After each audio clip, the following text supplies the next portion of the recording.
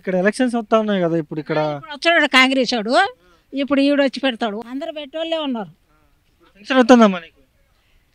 ఏం పెన్షన్ వస్తుందయ్యా? అప్పుడెప్పుడో ఆ జమాలో దించిండ్రు మా ఆయన్ను. ఎప్పుడు ఇంట్రామరావు ఎక్కినప్పుడు 10,000 కూడా రావు, 6,000 7,000 వస్తాయి. నా మొగుడు వచ్చిండు అని పింఛన్ రాపించుకుంటే ఈ వచ్చి అది కూడా కొట్టేసిండు. ఎవరు ఎవరు తీసేసి? ఈడు ఉపేంద్ర గాడు, ఉపేందర్ రెడ్డి అంటారు, రెడ్డి దేవేందర్ రెడ్డి. వాడే వాడే సీఎం ఇప్పుడు. మంది అందరూ నోళ్ళు కొడతాడు. మరి ఏం కావాలని కోరుకుంటారు? వచ్చిండు ఇప్పుడు మగవాడయిండు. ఏం కావాలని కోరుకుంటాను? నాకేమిలే, వచ్చే పింఛన్ కూడా తెంగండి వాడు, కొట్టేసిండు. ఏంది వాడా ఇచ్చింది? కేజీ గారు అని ఇచ్చిండు. వాడేమి ఇచ్చిండు? అది పొదుపులో ఉన్న వాళ్ళకి ఇచ్చిండు, పొదుపులో లేని వాళ్ళకి ఇవ్వలేదు. మహిళలకి 2,500 ఇస్తాను కదమ్మా. 2,000 ఆ కేసీ గారు చేసింది, 2,000 అయ్యే వస్తున్నాయి.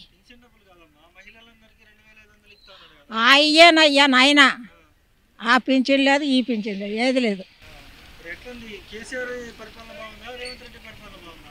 ఆ కేసీ గారు ఉన్నప్పుడు నీళ్ళకు మటు కరువు లేకుండే, కరెంటుకు నీళ్ళకు కరెంటు బిల్లు కట్టినా పర్వాలేదు కానీ అన్నిటికీ బాగానే ఉండే. ఇగో ఈడు ఎక్కించంది నుంచి నీళ్ళు కూడా సరిగ్గా ఇడుతలేడు. ఒకడికి ఇడుచుండు, ఒకడికి ఇడుస్తలేడు వాడు.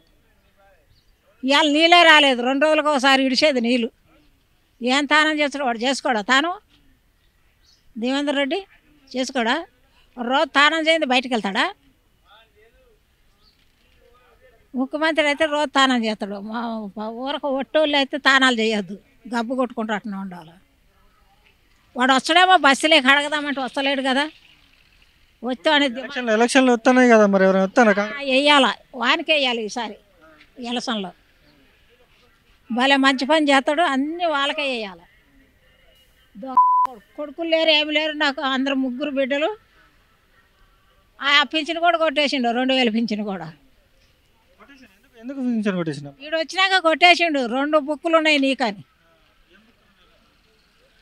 అప్పుడు ఇంట్రామరావు ఉన్నప్పుడు దిగిన కొలువు పింఛన్ ఎక్కడిది? 200 పింఛన్ జీతం అప్పుడు నా జమాన్లో నేను వచ్చినప్పుడు. ఎప్పుడు ఇందిరమ్మ ఉన్నప్పుడు ఎక్కిన జమాను.